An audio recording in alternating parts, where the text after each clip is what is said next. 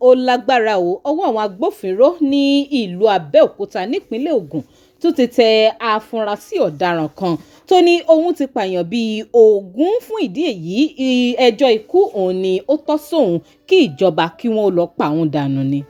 Ó lágbára o gbogbo èèyàn ẹ tún wá wo inú igbó aginjù inú igbó kìjikìji inú igbó ọ̀hún lẹ́rí tí àwọn èèyàn tí wọ́n ń rọ́wọ̀ yìí pẹ̀lú àwọn àjọ ọlọ́pàá gẹ́gẹ́ bí ohun tí commissioner of police nílùú Abẹ́òkúta CP Abiodun tí wọ́n sọ nínú fọ́nrán yìí wọ́n ní àwọn tí ń ṣe alamí afurasí yìí ó ti tó bí oṣù mélòó kan nígbà táwọn ti ń gbọ́ àwọn ìròyìn kan wípé àwọn èèyàn ń sọnù ní agbègbè náà títí tí ọwọ́ fi tẹ arákùnrin afurasí ọ̀daràn yìí lẹ́yìn iṣẹ́ takuntakun tí àwọn àjọ ọlọ́pàá tí ó ń gbógun ti ìwà ọ̀daràn ìwà ìjínigbé ní ìpínlẹ̀ Ògùn State nílùú Abẹ́òkúta inú igbó aginjù kan tí ò sì jìnnà sí Àṣẹ́rò nílùú Abẹ́òkúta ó ní arákùnrin yìí ti máa ń ṣe àwọn iṣẹ́ láabi tó máa ń ṣe ó lágbára ò bẹ́ẹ̀ bá wo fọ́nrán yìí ẹ̀yin èèyàn ẹ gbọ́ bí àwọn mọ̀lẹ́bí àwọn tí èèyàn wọn sọnù tí wọ́n kó sọ́wọ́ afurasí ọ̀daràn yìí tó ti dẹ́mi wọn légbodò ẹ gbọ́ bí àwọn mọ̀lẹ́bí wọn bí wọ́n ṣe ń sunkún tó ń dárò ẹni wọn tó sọnù ó lágbára ò mẹ́wàá ṣà ń ṣẹlẹ̀ lásìkò tá a wà yìí ẹ̀yin èèyàn wa ẹ jẹ́ àjọ farabalẹ̀ wo fọ́nrán yìí ká gbọ́ àlàyé látẹnu commissioner of police CP Abiodun nípa bí ọwọ́ ṣe tẹ afurasí ọ̀daràn yìí bẹ́ẹ̀ lẹ́sìn gbọ́ àlàyé gan lẹ́nu arákùnrin afurasí ọ̀hún nípa bí ó ṣe ń operate bó ṣe ń jí àwọn èèyàn gbé tá gbowó ìtanràn lọ́wọ́ wọn tá sì tún padà ṣekú pa wọ́n nínú igbó yìí fọ́nrán ọ̀hún rèé ẹ jẹ́ àjọ wò. What happened was in the past few months we observed an unusual spike in the number of reported cases of missing persons. And from our crime mapping and analysis, we discovered a particular pattern, particularly within the metropolis. And this prompted my fear. It aroused my suspicion that something unwholesome is happening. For this reason, I mandated the OC anti-kidnapping to go after the perpetrators, at least to unveil the mystery behind the reported cases of missing persons. We have had like 3 different cases. The first one was on 26th of May, precisely on the scene we just visited, when a woman sent her daughter. No, this is perhaps the second one.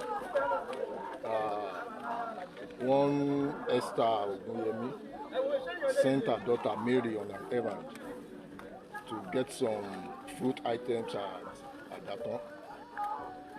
While on her way, she was accosted by this criminal who lured her into this bush, this isolated area, tied her, and eventually strangulated her to death. He picked her phone, sold to some persons, and eloped to somewhere in Badagry. We had a similar one on the 26th of May, when a nurse, I think she was attached with Shodipo Medical Center. She was on her way to work when the same criminal accosted her, lured her into a forest around Itori. In a similar pattern, tied her, strangulated her to death, and picked her iPhone. The last straw was the one that happened within my 6, where one Shamsidin, an official with SOSAFE, sent her daughter to the farm. As at that time, he was a laborer working with the SOSAFE man. He sighted the daughter going to the farm. He went after her in a similar pattern, strangulated her and picked her phone and used her phone to call for ransom from the father. He requested for ₦1 million. The father eventually transferred 30,000 naira to him.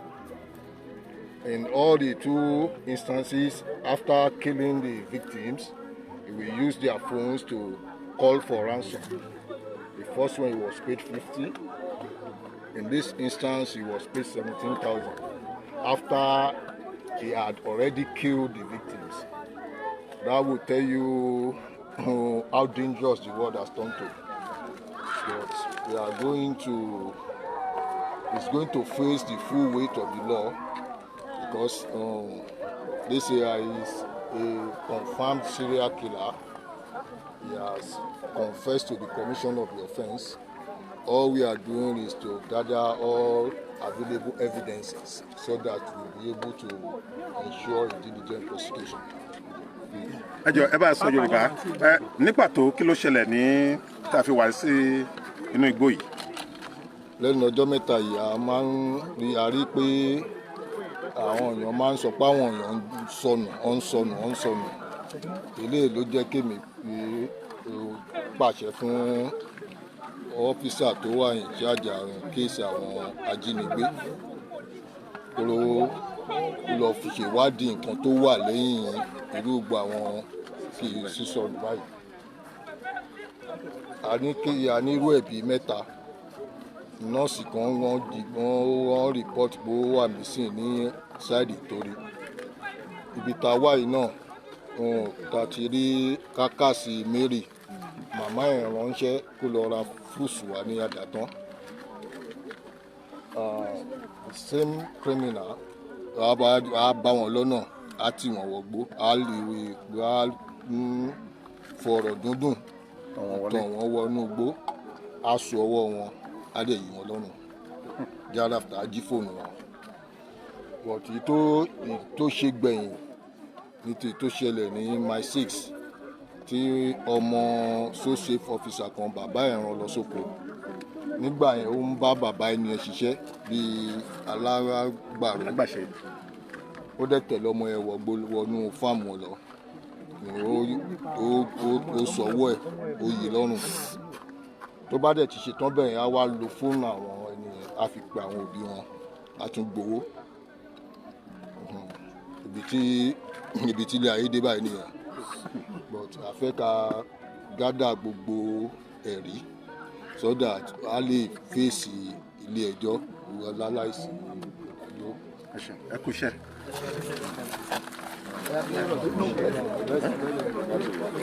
No, ó ti náà briefly ni, ó ti ní one question ló máa ń tẹ̀lé. Gbọ́n lẹ̀rọ ọ̀daràn. Aláyé ẹ̀ ti wọ́n ní ṣọ́ọ̀tì ní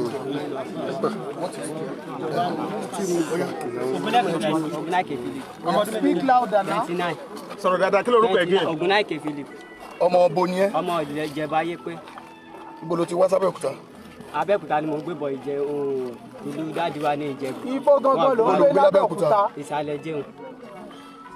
Ṣé o gba ilé síbẹ̀ ní àbí Mi ò family bá house? síbẹ̀ bí ilé fámìlì mo kàn máa ń lọ dá gbé bẹ́ẹ̀ ni. Sọ́mọ ìsàlẹ̀ Ó tó ọmọ ọdún mélòó báyìí? 29. Sọ́mọ ìsàlẹ̀ Jẹun. Ọmọ mi bẹ̀. Àtìgbà tó jẹ́ kó ti kọ́kọ́ mú mi rí tí mo kúrò ní prison gbà yẹn, òun ni kò jẹ́ kí mo máa ń yọ wọlé lọ torí kò sẹ́ni tó ń gbé inú. Kí ló ṣe nígbà yẹn tán fi mú ẹ? Ọmú mi fún rọ́bìn. Ó yá kí làwọn nǹkan tó ṣe? Ó yá Kí ló wá ṣẹlẹ̀ báyìí? Mo mú Mary, mo pa Mary, mo gba fóònù ọwọ́ ẹ̀, mo fi okùn so ọwọ́ ẹ̀. Abigail náà mo fi okùn sọ́wọ́ èmi àti Danjuma la jọ pa Mary, àmọ́ Abigail èmi nìkan. Níbo ló ti pàdé Mary? Níbo ló ti pàdé Mary kó tó mú wá sí bíbá? Mo ti gbé ọ̀dọ̀ wọn fún bíi ọjọ́ mẹ́ta. Nígbà tí mo bọ́ lọ́nà mo pàdé àǹtí kan, wọ́n pè wọ́n láǹtí Ṣáídà. Ó dàbí fámílì lọ jẹ́ sí wọn, mi mọ̀ wọ́n tẹ́lẹ̀. Wọ́n bọ́ lálẹ́ ọjọ́ kan ni, àwọn náà bọ́ lẹ́yìn mi, wọ́n di ẹrù sọ́wọ́. Wọ́n wá béèrè pé wọ́n wá ń bọ́ lẹ́yìn mi, ìgbà tó máa súnmọ́ ẹgbẹ́ mi, wọ́n béèrè pé ibo lè èmi lọ by this time.